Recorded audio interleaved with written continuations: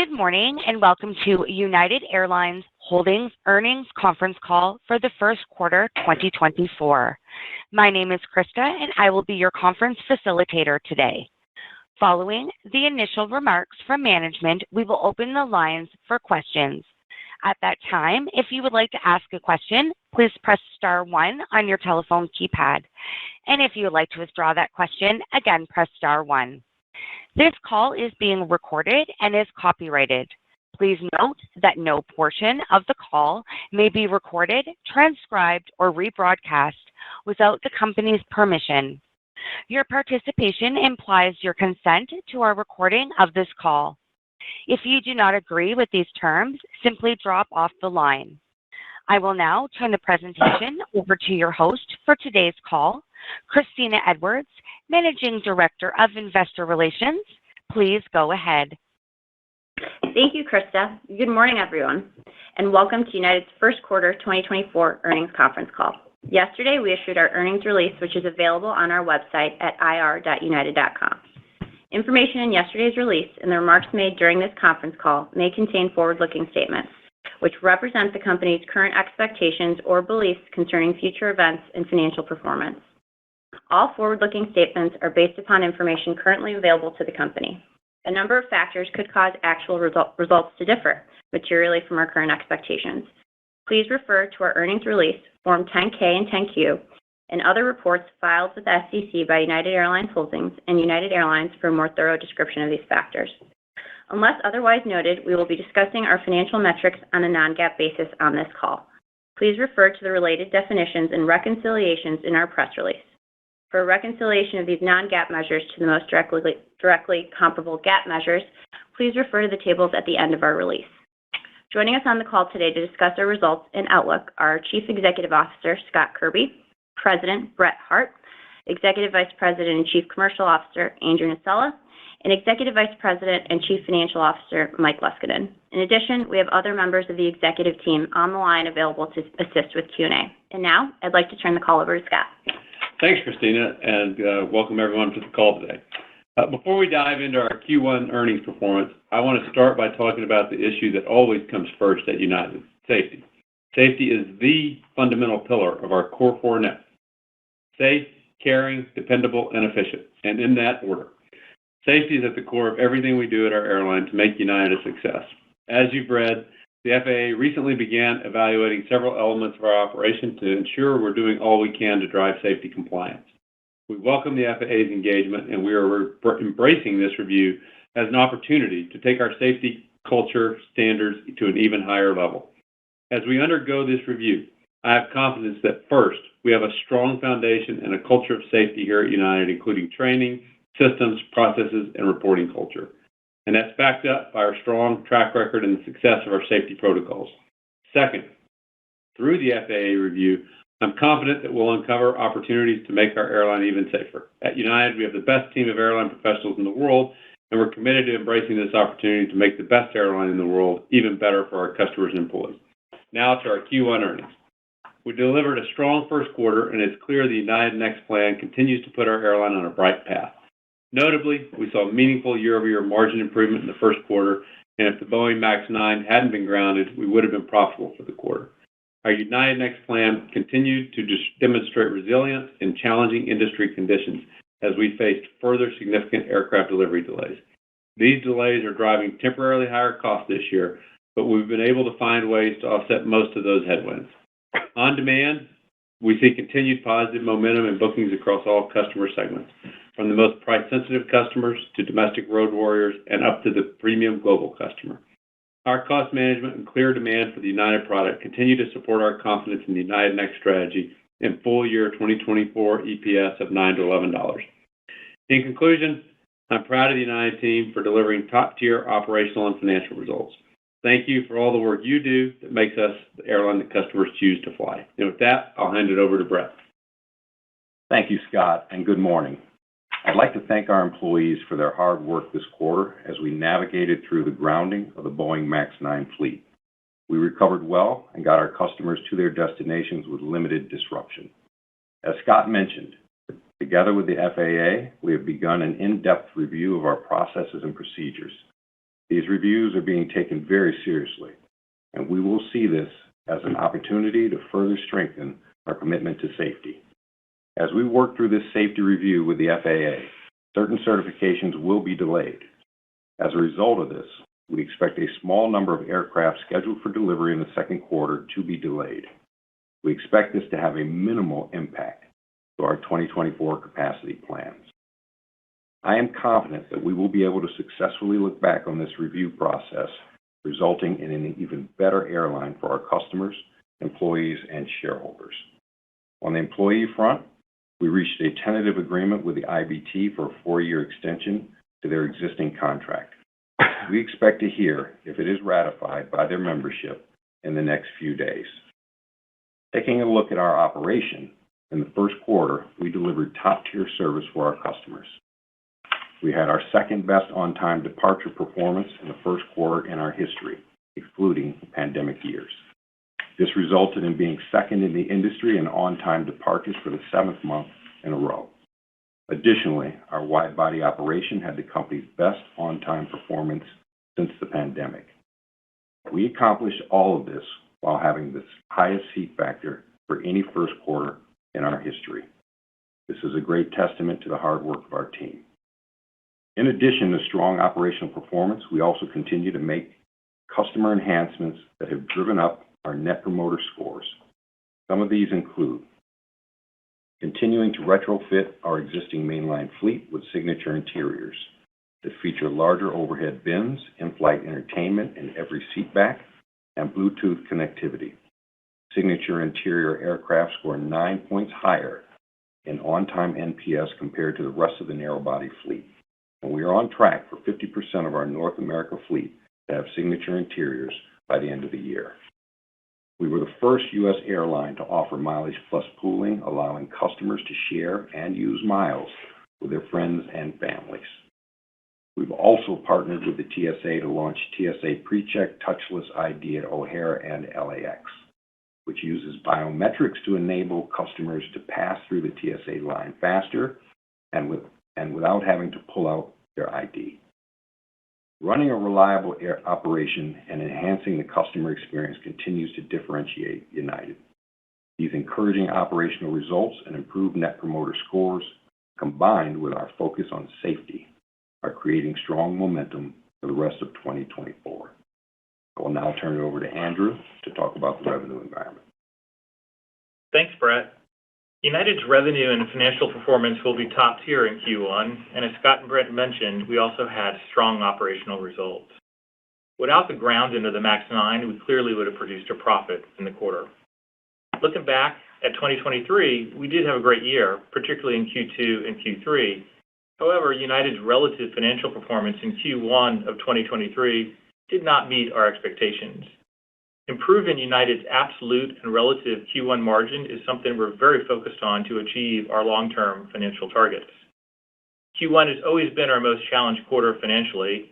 Post-pandemic, Q1 seasonality worsened due to decreases in corporate business. For the first quarter of 2024, we took the lessons from 2023 and carefully refined our commercial plan with encouraging results. A few of our domestic capacity changes in Q1 included Florida capacity increased 20% with financial results well above our system average. Las Vegas capacity increased 7%, again with strong financial results. Margins on off-peak, early AM, and late PM flights improved by 12 points year-over-year, and margins on off-peak days improved by 11 points, driven by United changes and industry changes. In making these changes to how we deploy capacity in Q1, we sacrificed about 1 point of narrow-body utilization year-over-year, but in exchange, we offered a schedule that was more attractive to passengers with better departure and arrival times and more profitable for United. Lower utilization also enhanced our reliability. We believe our Q1 2024 results set United up for producing profitable first quarters in the upcoming years and show our agility on adjusting our plan to meet new challenges. Turning to our overall revenue performance in the first quarter. Revenue increased 9.7% on 9.1% more capacity. Consolidated TRASM was up 0.6%, and PRASM was up 1%. Domestic PRASM increased 6.1%, which we expect to be industry-leading year-over-year, while international PRASM was down 4.2%. Domestic revenue results were also well above our expectations on strong demand and did help offset lower RASMs year-over-year from global flying and Latin America. United's domestic RASM gains since 2019 lead the industry, even with United having the largest increase in aircraft gauge of any U.S. airline. United's domestic network has been starved of gauge historically. I think our domestic RASM results in Q1 yet again showed that not all industry capacity is created equally, considering the marginal RASM performance of growth ASMs at other airlines versus United. Cargo revenue decreased 1.8% year-over-year, and we're hopeful that this is the last year-over-year decline we'll see in the near term. Mileage Plus had another strong quarter with revenue up 15%. United's premier frequent flyer members are more engaged than ever by flying and using one of our co-brand credit cards. Managed corporate travel in Q1 was up 14% year-over-year. Yields for managed travel grew faster than non-managed travel due to stronger close-in pricing and refined discounting guidelines. The strength of the business traffic rebound is a nice development for an airline like United. Latin American PRASM was down 12.7%. Weakness was felt in near Latin America markets for the most part versus South America. We were pleased with our capacity growth across the Pacific, where capacity was up 66% and PRASM was down 12.9%. However, we do plan to make capacity adjustments to a small number of underperforming routes later this year. Q1 performance for United's Atlantic flying was up with strong PRASM 11% up. We saw a material rebound in London, where Polaris revenues were up 8% on 11% less capacity. We saw weakness to Germany offset by strength to Southern Europe and Africa, where we increased capacity. United's efforts to build our brand and premium product choices while reducing customer friction is having a noticeable positive impact on our results as we gain share across the network for leisure and business travelers. For our road warrior or frequent flyer business customers, United's elimination of change fees, the functionality of our app to manage their entire travel experience, improvements to Mileage Plus, and the steady increase in United Club facilities has resulted in an improvement share. However, we cannot understate the importance of the elimination of change fees, which is a game changer for how people feel about United. United's focus on premium products has matched well with increased consumer demand for our premium seat choices. We believe this focus has diversified and made our revenues less cyclical in the long run. Premium passenger revenue mix improved 1.9 points versus Q1 2023 and 3 points versus Q1 2019. In other words, we're seeing near-term acceleration. Premium revenues were up 14% year-over-year on 10% more capacity, and we estimate that United's premium revenue streams lead the industry. While our largest focus is on growing premium revenues, we also believe our rollout of Basic Economy is a critical competitive tool and important to attracting customers of all types in our core geography. Basic Economy sales trends in Q1 were up 35% year-over-year. Basic has clearly changed our competitive stance versus the ULCCs. Larger narrow-body jets are also increasing United's gauge faster with more premium seats than any other U.S. airline.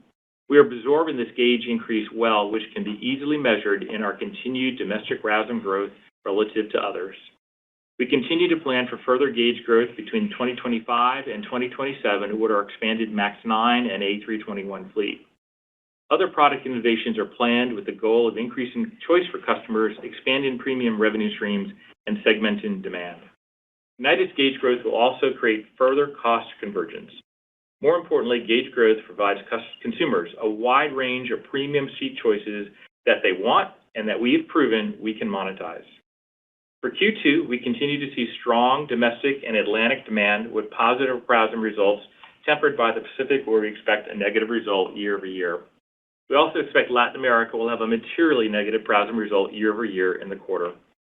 As we think about the second half of 2024, we do like the macro setup, particularly for domestic capacity, where we think we can continue RASM growth above industry average. We're focused on building connectivity in our core non-coastal hubs in 2024 with both new mainline jets and with enhanced RJ capabilities. With that, I wanted to congratulate the entire United team on a job well done and turn over the call to Mike to discuss our financial results and updated fleet plan. Mike? Thanks, Andrew, and thank you to the United team for the tremendous effort as we worked through the grounding of the Boeing MAX 9 fleet and entered the peak spring break travel season. In the first quarter, we produced a pre-tax loss of $79 million, a $187 million improvement over the first quarter of last year. Our loss per share of 15 cents was better than our guidance and well ahead of consensus expectations driven by both strong revenue results and disciplined expense management. The grounding of the Boeing MAX 9 fleet negatively impacted our earnings by more than $200 million, and without it, we would have had a profitable quarter. We also generated $1.5 billion in free cash flow, and our adjusted net debt to EBITDA of 2.7 times is back to pre-pandemic levels. These are strong results in what is our seasonally weakest quarter, and they provide another proof point that our United Next plan is working. Before I turn to the outlook, I'd like to address the changes we made with Boeing and Airbus to optimize the delivery skyline. Boeing's repeated delivery delays had created an impractical bow wave of aircraft deliveries that both United and Boeing had to address, and we have. In 2024, we now expect to take delivery of 61 narrow-body aircraft and 5 wide-body aircraft. This compares to our contractual deliveries of 183 narrow-body aircraft at year-end, and the 101 aircraft we were planning for at the start of the year. Due to these fleet changes, we now expect full-year 2024 total capital expenditures to be approximately $6.5 billion, down from $9 billion at the start of the year. We've also made changes to level out our fleet plan for 2025 through 2027. This modified fleet plan allows us to execute on our long-term goals while also smoothing out the pace of deliveries and our annual CapEx spend. We've converted a near-term portion of our MAX 10 deliveries scheduled through 2027 into MAX 9s. Additionally, we have signed letters of intent to lease 35 new Airbus A321neos with CFM engines scheduled for delivery in 2026 and 2027. With these changes, we now anticipate taking delivery of approximately 100 narrow-body aircraft on average each year during this 3-year period. This delivery schedule provides fleet renewal, steady growth, and addresses the bow wave of aircraft delivery delays that had been building. These changes bring our total adjusted capital expenditures in 2025 through 2027 to the $7 to $9 billion range in each of those years. Balancing our United Next growth plan and managing the business towards positive free cash flow remain top priorities. And with the rebalanced skyline, we are targeting positive and growing free cash flow over the next 3 years.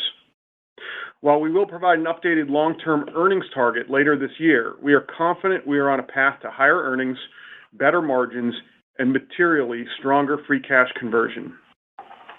Now turning to costs. Unit costs trended as expected during the quarter, and we're up 4.7% year over year on 9.1% capacity growth. As I mentioned, it was challenging to reoptimize our expenses with the uncertainty created by the MAX grounding and continued delays to our aircraft deliveries.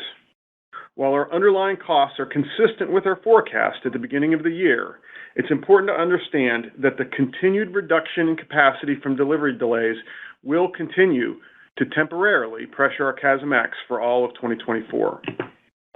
As we entered the year, we built a business plan for a larger airline, and deliveries have fallen more than 40 aircraft short of our expectations. We continue to incur most of the expenses as we hired for that capacity despite flying fewer ASMs, and it is driving almost a point of CASM-ex pressure. We are working diligently to reduce these costs as much as possible, and our higher completion factor has helped offset some of it. For the second quarter, we expect CASM-ex to be similar on a year-over-year basis versus the first quarter. Given our expectation for costs and our current outlook for revenue and fuel, we expect second quarter earnings per share to be between $3.75 and $4.25. We have great momentum. Our United Next plan is working, and the future for United and our industry has never looked brighter. Our margins are already near the top of the industry, and we still have significant and unique network and gauge opportunities in front of us. United has never been in a stronger competitive position. We've developed a wide variety of products that are compelling to a wide variety of customers. And as a result, they're increasingly choosing to fly United. I remain excited about our future and believe we're firmly on track to deliver $9 to $11 in earnings per share this year. With that, I'll pass it over to Christina to start the Q&A. Thanks, Mike. We will now take questions from the analyst community. Please limit yourself to one question and, if needed, one follow-up question. Krista, please describe the procedure to ask a question. Thank you. If you would like to ask a question, please press star 1 on your telephone keypad. And if you'd like to withdraw your question, again, press star 1. Your first question comes from the line of Andrew Doddoria from Bank of America. Please go ahead. Hi, good morning, everyone. Thanks for the questions. I guess first one's for Mike or Scott. I guess, with your new CapEx forecasts, that I'm sure are not yet set in stone, given there are a lot of moving parts here, it certainly implies much more consistent free cash flow generation over the next few years. How are you thinking about maybe deploying that capital? Where do you see the best fit for that going forward? Hi, Andrew. Nice to hear from you. I'll take that question. Andrew, as I said in my prepared remarks, our net leverage is currently 2.7 times. Our net leverage is 2.7 times, which puts us back in the range of pre-pandemic levels. In fact, in 2019, we were at 2.5 times. In 2018, we were at 3 times.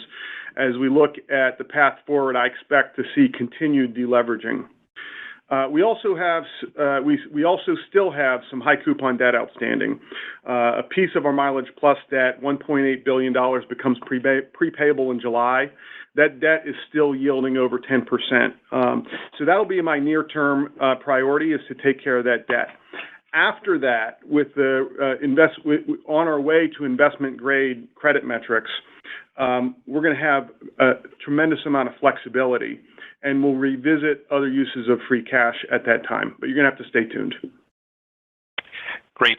Thank you for that, Mike. My just follow-up question, I think for Andrew, just on the corporate commentary and the strong transatlantic. I know you cited Heathrow in your prepared remarks. Should we read into that corporate was a big driver of the results in 1Q on transatlantic, or any other call-outs that you would have, just to get a sense for what's driving the outperformance there? Thank you. As I say, corporate was strong across the board, not just in London Heathrow, to be clear. We saw strength domestically and around the globe, so it was great to see. We saw, I think, 9 of our top 10 corporate booking days this year in our history, which is also really strong. So really across the board, the strongest industries are professional services, tech, and industrials. But I think just about every sector was up in the numbers this year, and I just think it reflects on where that's going. And as I said in my earlier script, Q1 corporate is really important to us, and the fact that Q1 is gaining strength for corporate is really very good for our outlook for future Q1s. Great, thank you. Your next question comes from the line of Sheila Kahyaoglu from Jefferies. Please go ahead. Good morning, everyone, and great job, great quarter. I wanted to ask, domestic PRASM's up 6% year over year in Q1 was double that of one of your peers that have reported so far. Curious how you would attribute that to the strong performance, across the mid-con restoration, corporate, share gains in either premium or basic. You've touched upon that a little bit. But then maybe as a follow-up as well, how are you thinking about that sustaining domestic unit revenues here with industry capacity? Thanks, Sheila. I'm going to start it and then turn it to Andrew for the more tactical answer, but I'm going to take a bigger picture, I think more strategic approach to the question. And I'd start by saying we've been at least trying to tell you over the last several years how we thought the industry was developing, the strategy behind United Next, and essentially everything that we've said in that has worked, but it hasn't resonated. So I'm going to try a different approach today. And really what is happening, and there's a couple of airlines that have what I'm describing, but what has happened is the industry has structurally changed, and United and at least one other have essentially a moat around our business now that never existed before. The moat, by the way, to be clear, is a moat that is based on having a better proposition for customers. We have a better product. we have a better network, we have a better loyalty program, and they choose to fly us. And what makes that unique, other airlines can have a piece of that, but what makes a couple of airlines unique is we have great product, we have great service, we have a global network that's hard to replicate. We can get you to Singapore, 2 destinations in New Zealand, 3 in Australia, Cape Town, Marrakesh, Dubrovnik, Paris, and hundreds more. And we also have a great loyalty program, and the ability to go to those exciting, aspirational destinations causes people to want to be a part of the program. And it's really sticky when you're doing it well and you are doing it right. But in the past, that moat was breached in 2 ways, 2 significant ways. One, there are a large segment of customers for whom change fees trumps everything else, particularly small business travelers, what I call domestic road warriors. And when we had change fees and we had a large competitor that didn't, they would choose that large competitor. Even though all of our advantages may have existed, the change fees trumped it.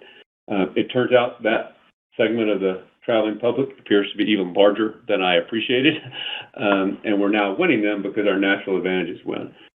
So we've closed off that breach. The second breach that we had was for price-sensitive customers who want a disaggregated price. And that took us time to repair that and to address that and to create a product for those customers. But there's 2 things that we had to do. One, we had to create a great basic economy product, which we've done. But secondly, and maybe more importantly, we had to have higher gauge. We had to be able to sell those seats profitably and in meaningful numbers in order to make that product real and make that competitive and to seal up that breach. And we have now done those 2 things. That is a huge part of what United Next was about.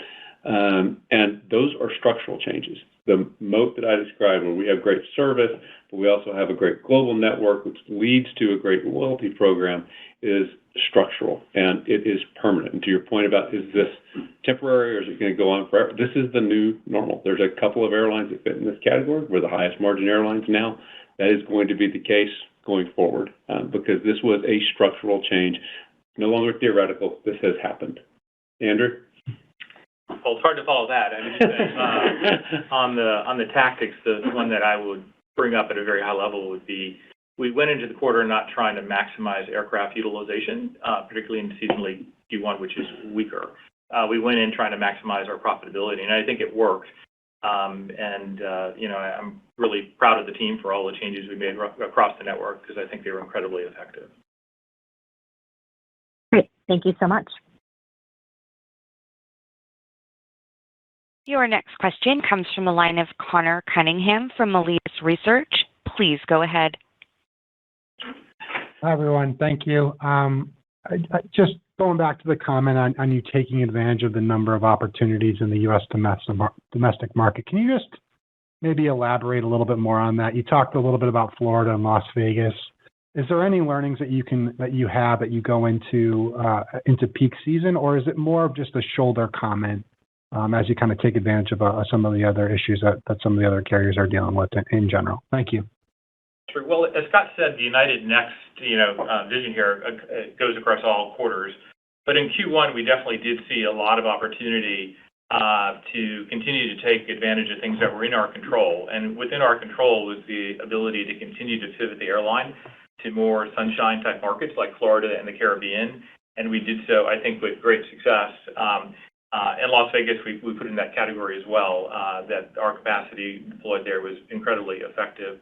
The other thing is, we knew off-peak periods in Q1 was not a time to maximize utilization, and we took this opportunity to reschedule the airline to make sure that we were not offering unproductive capacity, and I think that worked very effectively. Below all that, or above all that, depending on how you look at it, was just the core building of connectivity across our hubs. It's working exactly as we intended to do. We still have a ways to go on this front. It'll be 2026 or 2027 before the connectivity reaches, our desired levels. And so we're pretty bullish on our ability to continue to outpace domestic RASM growth offered up by our competitors. Yeah, maybe actually sticking with that specifically, I get the fact that you and Delta have distanced yourself from some of your competitors, and that's pretty obvious at this point, I think. And just But your performance relative to Delta, sticks out pretty meaningfully. And I was just, maybe you could just elaborate a little bit more on what's uniquely United, because when I think about it, I think that you have a bigger opportunity on premium. You talk a lot about upgauging, but a lot of that has to do with fleet delivery. So I'm just trying to understand on how you kind of close the gap or continue to separate yourself, I should say, from the peers this year. Thank you. It's a great question. We continue to drive the United Next strategy, and you're absolutely correct. The aircraft that we'll take delivery of come with a lot more premium seat options. Our premium mix this year is up 1.1 points year over year in terms of revenue, which is I think a very significant change in a very short period of time. And we are going to continue to push that. But we're also going to continue to push basic economy. So our premium mix is up while our basic economy is up. And that's exactly the kind of the recipe we're looking for in our diversified revenue streams. And briefly on the global network, it's second to none. It's number one across the Atlantic and number one across the Pacific.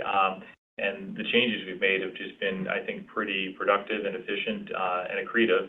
And there's actually quite a bit more of that to come. So I don't know if that exactly answers your question, but the outlook, I think, is very bright. The premium revenue strategy is working incredibly effectively, and we're going to continue to push it, and we think there's more room to close that gap. Okay. Appreciate it. Thank you. Your next question comes from the line of Jamie Baker from J.P. Morgan. Please go ahead. Oh, hey, good morning, everybody. First one probably for Andrew. So I've been following this Polaris, press for champagne topic, on social media.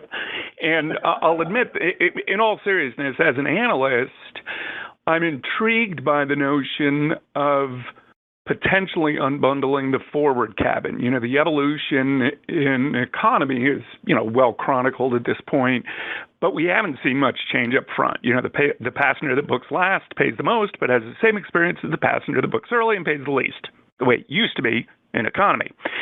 Is this something I should even be thinking about, or is it a waste of my time? Well, I won't dictate how you use your time, Jamie, but I would have said delete TikTok. Well, that wasn't the point. What I would say is, we continue to believe that there's ways to further diversify our revenue streams and segment them. And we continue to believe that there's more opportunity for premium products that we don't have on board the aircraft today.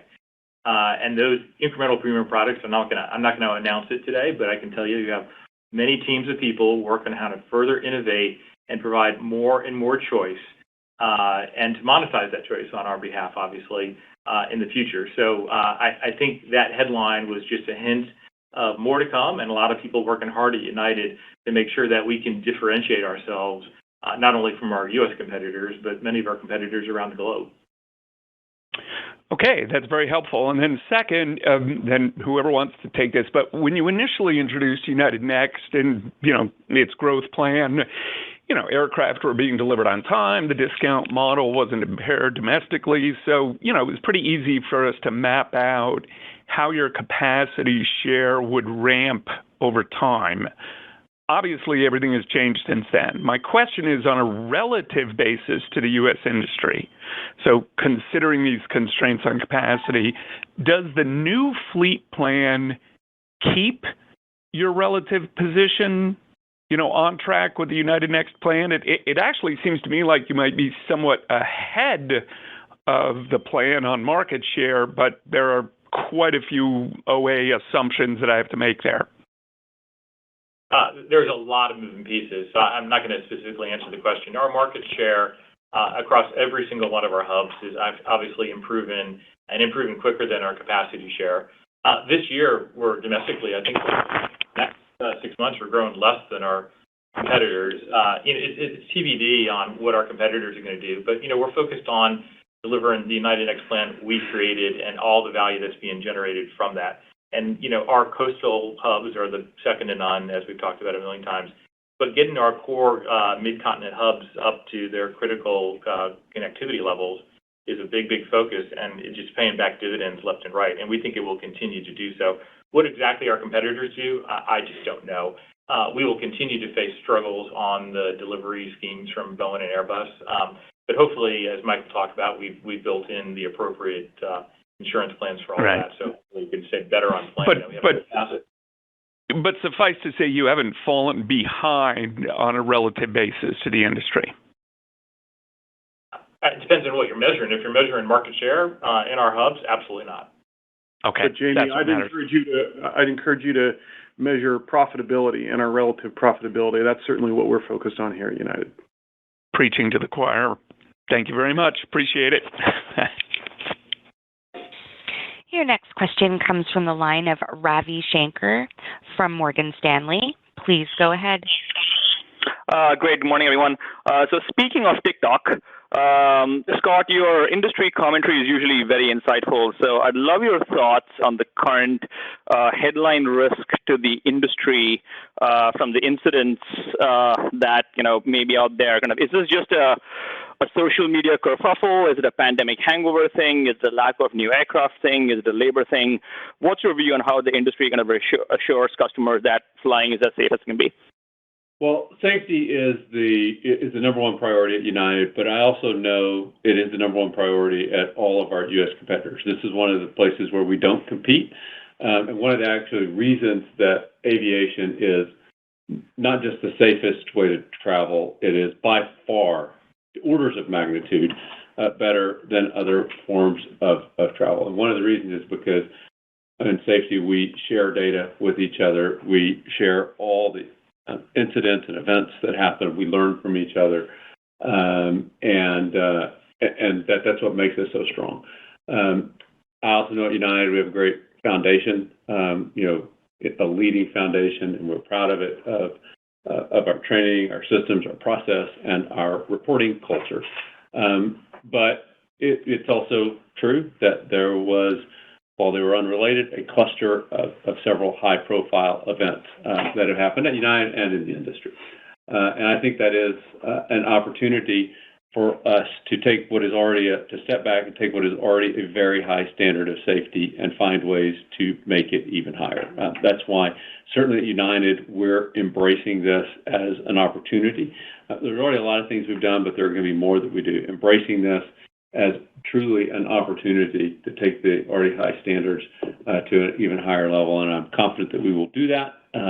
We can do that while running a great airline for our customers, for our employees, and for our shareholders. We can do all those things at the same time, and we will come out even better on the other side, not just at United, but for the whole industry. Very helpful. And maybe as a follow-up, the pooling miles is a very interesting idea. Can you just unpack that a little bit? What made you launch that at this time? What are some of the cost or revenue implications thereof, and what do you think some of the benefits might be to United and Air customers as you roll that out? Sure. Well, we're always trying to make mileage plus miles, more useful for our members, so they can enjoy the benefits. And there are a number of members that alone couldn't get that trip to Tahiti or wherever they're trying to go, and the pool-in option allows them a better chance of doing that. I think it comes at a minimal no cost to United, but it definitely enhances the value of the program. It's, I think, pretty unique among the largest airlines, and we look forward to seeing how it goes. So we urge you to pool your family members and see what you can do. Very helpful. Thank you. Your next question comes from the line of Duane Pfennigwerth from Evercore ISI. Please go ahead. Hey, good morning. Thank you. Just on the longer-term CapEx, certainly appreciate you have to have a plan at a point in time based on the facts available. But how do you think about the path to a pickup in deliveries required to hit that, 2025 and beyond? What are the dependencies in your mind? And I guess, what are the odds we enter 2025 the same way we did this year with that 100 or so more of a placeholder than a realistic target? Thanks, Dwayne. I appreciate the question. And I do want to kick off the question by reiterating how important generating free cash over the long term is to us here at United, and we understand to our shareholders. So that is something we are balancing. We gave you a range for CapEx of $7 to $9 billion. We gave you a range because it's an acknowledgement that there's some uncertainty around the OEM delivery schedules and production rates. We also are managing this business to maximize profitability, and so make no mistake, we'll manage our deliveries as well in a way that captures the macroeconomic environment at the time. In 3 years, a lot can happen in 3 years. As I think about uncertainty for 25 and 26 in a stable macro economy, 787 production rates, can Boeing continue to increase rates? That's going to be really critical. Also for the 737 line, are they able to increase production rates? So we'll watch that closely. I want to be clear that what we are giving is our expectation. Our expectation builds in some hedge that production rates don't increase at the rate that Boeing hopes. There's upside risk and downside risk to CapEx as a result. I think we're going to manage in that $7 to $9 billion range, and that's why we wanted to share that with all of you today. Appreciate that detail, Mike. And then maybe just a quick one for Andrew, and I've asked this before, and sorry if it's a little waste of time, but on international inbound, or maybe a different way to say it, ex-U.S. point of sale, where does that stand today? And as you think about your entities or geographies, are any of those starting to pick back up in terms of ex-U.S. point of sale? Are you seeing any inflections? Thanks for taking the questions. I would say yes, we are seeing progress. The one place we look to the most is Germany and core Europe, and that still trails. So hopefully that will continue to move forward. But I think we're seeing really progress across the whole globe on rebalancing and being a little bit less dependent on the U.S. consumer to drive the global network. Thanks very much. Your next question comes from the line of Savi Syth from Raymond James. Please go ahead. Hey, good morning. I was just wondering on that 100 narrow-body aircraft per year, just what's the thought on the mix of growth versus replacement? And just, I guess, asked another way, I appreciate, Mike, you mentioned kind of taking into account macro realities, but what's the right level of kind of domestic growth as you kind of look over the next 3 to 4 years, assuming you can get the aircraft delivered? It's a great question, Savi, and for our growth rate in 2025, 26, and 27, you're going to have to wait for Investor Day later in the year. The 100 aircraft, we have the ability to fly some of our older aircraft longer, and given the delays from Boeing and Airbus, I would expect, again, macroeconomy dependent, that we would continue to fly our existing fleet until end of life when they're at heavy checks. But we always have the optionality, if yields are not strong, to early retire some of those aircraft, and it's an economic decision when an aircraft is late in its life to early retire some of those aircraft that are less fuel efficient and very heavy maintenance. So I think of that as flexibility we have in the event of a macro event. But if there is absent a macro event, you should expect us to sweat our assets until end of life. Got it. And just to follow up, Mike, to a comment you made earlier on appreciate the 2Q unit cost color, but as you think about the year, just high level, I'm wondering if, what are the kind of the year-over-year headwinds that might kind of step down from now or maybe step up? I know your capacity is moderating a little bit from the levels in the first half, but just curious, given that you have more time, are you able to address more of the fixed costs as you get into the second half? It's a great question, Savi.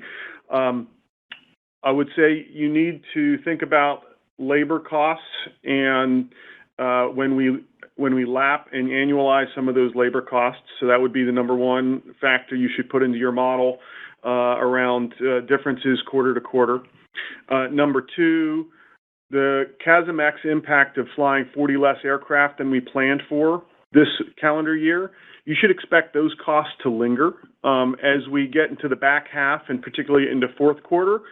Some of those costs begin to moderate, but you should think about Q2 and Q3, those costs continuing to weigh us down. Again, we will offset with the great operation we're running. As we see completion factors move up, we'll offset partially, but those costs don't go away overnight. And I'll use this as an opportunity also to talk about some longer-term cost initiatives that we've started since I've taken over in the CFO seat. Number one, tech ops. There are significant opportunities for us to drive efficiency in our tech ops, driving efficiencies in our supply chain by optimizing the volume of parts we purchase and improving the rates we pay for those parts. So we're undergoing a significant initiative there. I think the run rate you'll see from that initiative is more like 2025. We're also undergoing a significant procurement, bottoms-up evaluation. We're going to go through waves, going through different vendors to make sure we have best pricing in the industry. I think this is going to be, in the fullness of time, measured $100 million plus in cost efficiencies. Again, that's more like 25 and 26, but when I talk about unique United opportunities, I would put this in that category. And then finally, I'll highlight that we've got significant opportunities within our technology organization to help drive efficiencies throughout the full airline. But one that I'll highlight is moving a lot of our mainframe computing into the cloud.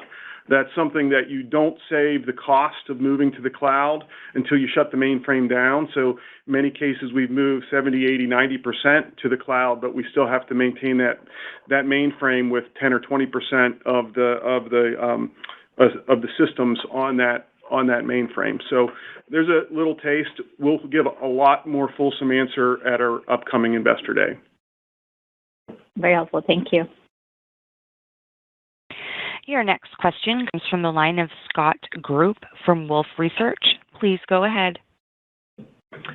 Hey, thanks. Good morning. So that was sort of helpful color on, back half CASM a little bit. Maybe just a similar thought on back half RASM. Comps get easier. Is it fair to assume we see RASM accelerate in the back half of the year? Is there any other puts and takes to be thinking about? Just at a really high level, I would say that the capacity set up domestically, I think, is roughest in probably Q2, but gets better in Q3 and particularly better in Q4 is our estimate based on what we look at. So I think that is a nice trajectory. Second, we added a considerable amount of Asia-Pacific capacity middle to late last year. And so as we lap that capacity, so it's now fully spooled up, we expect the flying to improve. And as we make capacity adjustments to unproductive capacity in that region, we also expect, that's going to show some, improvements. And that follows all the way through, Q1 of next year. Latin America, the capacity picture has been particularly difficult for the first half of this year. As you all know, the second half looks, I think, very different. And so I'm optimistic that Latin is going to turn the corner in Q3, although Q2 is still a very poor result. And in Europe, I think we've really sharpened our pencil. We paused growth for the most part this year on purpose, and I'm particularly optimistic based on how we deploy capacity that Europe is going to look fine. So I'm not giving you the exact numbers, but that's how I look across the globe and see what's happening and think about positive or negative trajectories by region. Okay, thanks. And then, Mike, I appreciate all your sort of comments on free cash flow, and I'd love maybe, Scott, to get your perspective on this discussion as well, and maybe your thoughts on CapEx. Like, if we wake up in 6 months and Boeing can start delivering a lot more planes again, could that, in your mind, Scott, does that $7 to $9 billion go up again? Or maybe alternatively, is there something in your control that says, hey, maybe that 7 to 9 could come down even more? I think the 7 to 9 is probably a pretty good number. And I think of it as, we ordered a lot of airplanes, more than anyone in history has ever done. And when you combine that with the supply chain challenges, as Mike described, it's become a bow wave. You'd have 40 airplanes that were supposed to be delivered in 2023. They got pushed to 2024, and none of them got delivered. And then you had another 20 in 2023 that got pushed, and so now you have 60 in 2025. That wasn't just hard on the planning for us. It made things like our flight training center really hard to run effectively because you're constantly changing capacity plans. Those are, you're thinking about upgrading pilots and things, those are like 18-month out decisions. So one of the things we attempted to do was level out the capacity, the aircraft deliveries, which we've done at approximately 100 per year. And so, we'll have a lot or at least a lot less variance. The standard deviation will be a lot less than it's been in the past. It's also kind of split 60-40 Boeing Airbus. So there's a little more diversity in that number going forward. I don't think we'll take it up, but I know we're not planning to take it up because taking it up, drives things at the flight training center, just drives a lot of other complexities. It's just not worth it. I think the other thing that I know that we're going to do now going forward is build a bigger hedge into our schedule. And like, if we think we're going to take 100 airplanes this year, we're going to only put 90 or some lower number into the schedule. And, if everything is on time and on plan, then we'll have a few extra spares around for a couple of months. That'll cost a little bit, but it doesn't cost nearly as much as overstaffing by 40 airplanes. And so I think it will give us not just certainty on CapEx, it'll give us a lot more operational certainty for running everything better and more efficiently. Okay, thank you. Your next question comes from the line of Helene Becker from TD Cowen. Please go ahead. Oh, thanks very much, operator. Hi, team. Thanks for the time. So I have two questions. I think, Andrew, you talked about, the quality of your product and the network and the loyalty and so on in your answer to somebody's question. But when you think about some of your alliance partners, they don't have the same commitment to service and any of the things that you just talked about that you have. So as you think about alliances going forward, and maybe this is a question for Patrick, how do you think about getting everybody on board to the same standard that you're setting so that you don't distress your customers when they have to connect because you're not flying someplace nonstop that they want to go, aspirational, or they let your customers down? Okay, I'll start off with that. I'm not sure I agree with the premise of your question. I think our core partners have the highest of standards when I think about ANA and Air New Zealand, to name a few. And I also think that Lufthansa has the highest standards. Look, they've gone through a number of strikes recently, which has been, I think, rough on Lufthansa, the team, and the customers, but I think they're behind that now. And, I think their commitment and all of our commitment to customer service is actually pretty consistent. And we're so proud to be in joint ventures with each of these airlines, and we sit around the tables, I'd like to say without lawyers, and we work through difficult problems, and we talk about how to make the level of customer service more and more seamless each quarter. That being said, we are from different countries and different cultures, and we have different ways of approaching our business. And quite frankly, we think that some of those differences are really important. They reflect who each of these airlines are and their unique identity. So we're not trying to harmonize across every single product detail on how we build alliances. But that being said, I do think we have a similar alignment of customer first and going forward. And I'll also plug in, we have the best alliance partners with the best hubs around the globe, which is one of the reasons that we have the leading network. And I think we're more profitable in this global network relative to our primary competitors.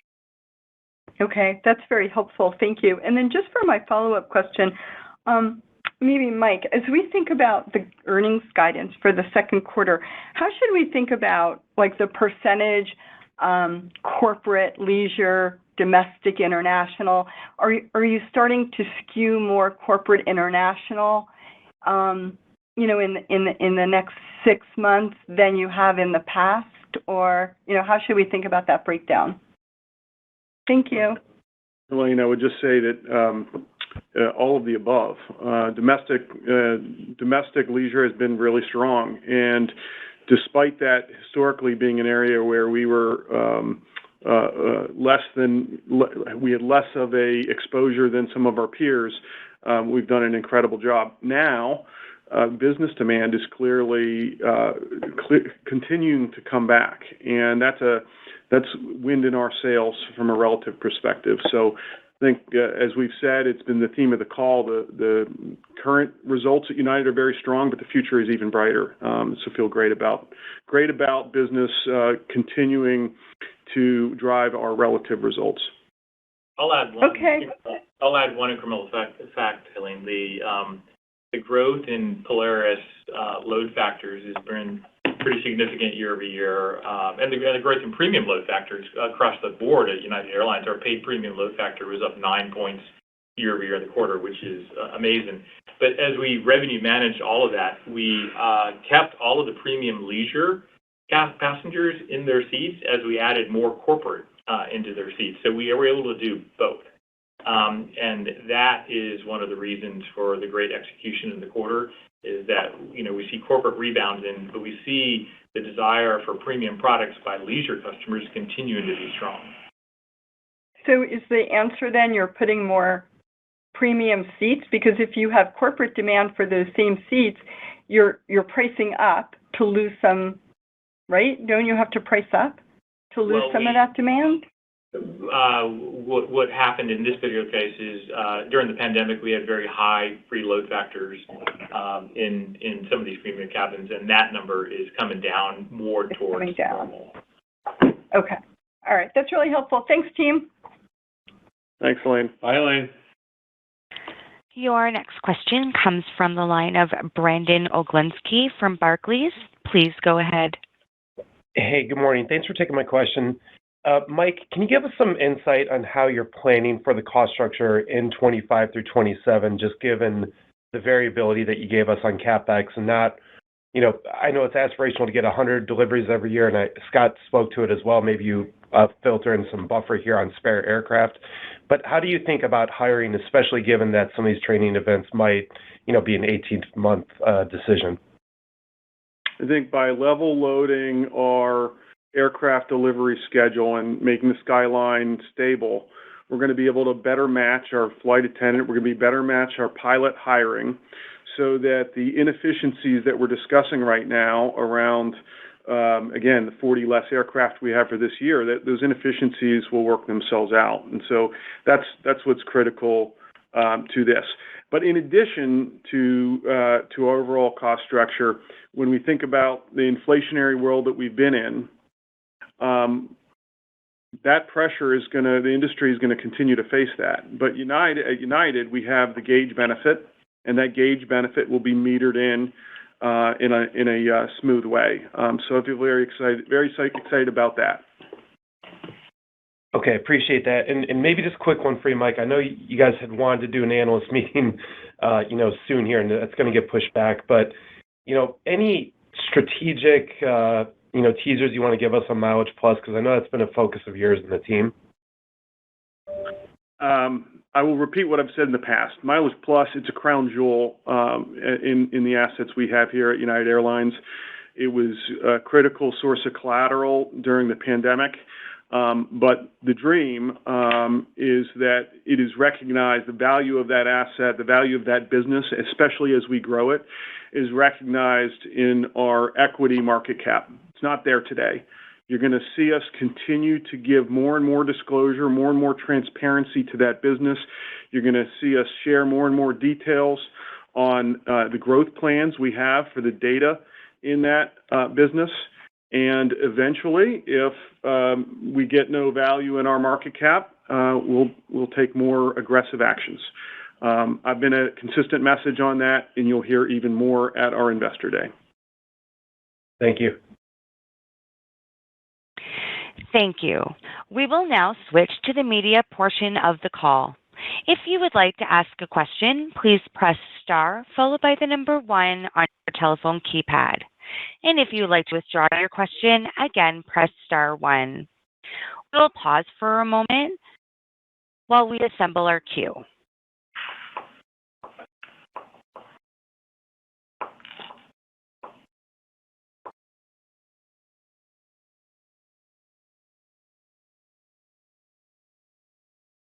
Our first question comes from the line of Mary Schlangenstein from Bloomberg. Please go ahead. Thanks. That was close. Hey, I wanted to... Hi, Mary Schlangenstein. So I wanted to see if you could give a little bit more detail on the aircraft that were delayed from second quarter to third quarter as part of the FAA review, whether you can tell us how many aircraft, what types of aircraft, and specifically how the FAA resulted in the delays? I'll try. The truth is, I don't think we know for sure yet. I think we got 3 airplanes that are coming in the next few months. They're MAX aircraft, MAX 9s. 3 aircraft that are coming in the next few months, and we'll continue to work with the FAA on when to change that.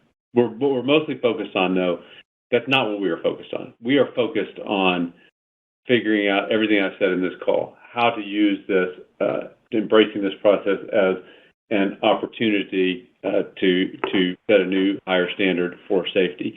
And as we go through that process, there will be some point along the way where we'll start taking aircraft deliveries again. But that is absolutely not our focus, nor should it be our focus. Okay, the FAA hasn't prohibited any aircraft deliveries, is that right? It's just the start of the use of some of those planes, or is it actually the deliveries themselves? It's not the delivery, it's putting them on the certificate. Right, okay. And you said it's just 3 for right now. Okay, great. And my second question was, y'all talked a lot about the corporate rebound and how that's playing out, but is there anything different that you expect to see in summer travel this season? Like it sounds like there might have been some geographic shifts where some areas that were strong last summer won't be as strong this summer. And do you expect the domestic market to be particularly strong this summer? As we head into the summer season, we expect strength across the board. The United network tilts in terms of our best seasonality towards Q2 and Q3, and particularly across the Atlantic, across the Pacific, and transcon within the United States. So we expect all of those entities to perform really strongly this year, and everything we have in terms of data right now would say that's where we stand. Do you expect we'll set another record for this summer for passenger numbers? Yes, I think we will as an airline and as an industry. Great. Thank you very much. Your next question comes from the line of Leslie Josephs from CNBC. Please go ahead. Hi, good morning, everybody. Can you exactly what the FAA review prohibits you from doing? And is the change to the fleet plan from this year because of the Boeing delays in production and deliveries, or because of the FAA review? And then I have just a question on the mechanical issues lately. Have you had to update kind of procedures or anything else for your technicians so that those things don't happen, maybe things that were getting overlooked or not part of checklists prior? Thanks. First, the delivery delays are 100% of the issue. And the main focus has been less about changing the policies and processes, but really making sure that everyone keeps safety as a top-of-mind awareness. And, spending a lot more time with the leadership team out talking about it, really making sure that safety is top-of-mind awareness. Now, we, of course, will go through with the FAA and go through, a pretty rigorous process. And we continuously look at ways to improve safety across the board. And that's continuing. It's at an elevated level right now of looking for ideas, but that's not something unique or new. That is, we have hundreds of people whose full-time jobs are doing that day in and day out. And the review prevents you from putting new aircraft into service, and then what else? Is it captain upgrades? Anything else? No, that's not it. No, we can do captain upgrades. So it's just putting new aircraft into service? That's the primary thing. Okay. When do you expect the review to conclude? That's, again, the way we would think of this is about going through a process to make it better, using this as an opportunity to create a new higher standard, and it will conclude when it concludes. we're not going to predict the time. Thanks. Thank you. I will now turn the call back over to Christina Edwards for closing remarks. Thanks, Krista, and thanks for everyone joining our great call today. Please contact IR or Media Relations if you have any further questions, and we look forward to talking to you next quarter.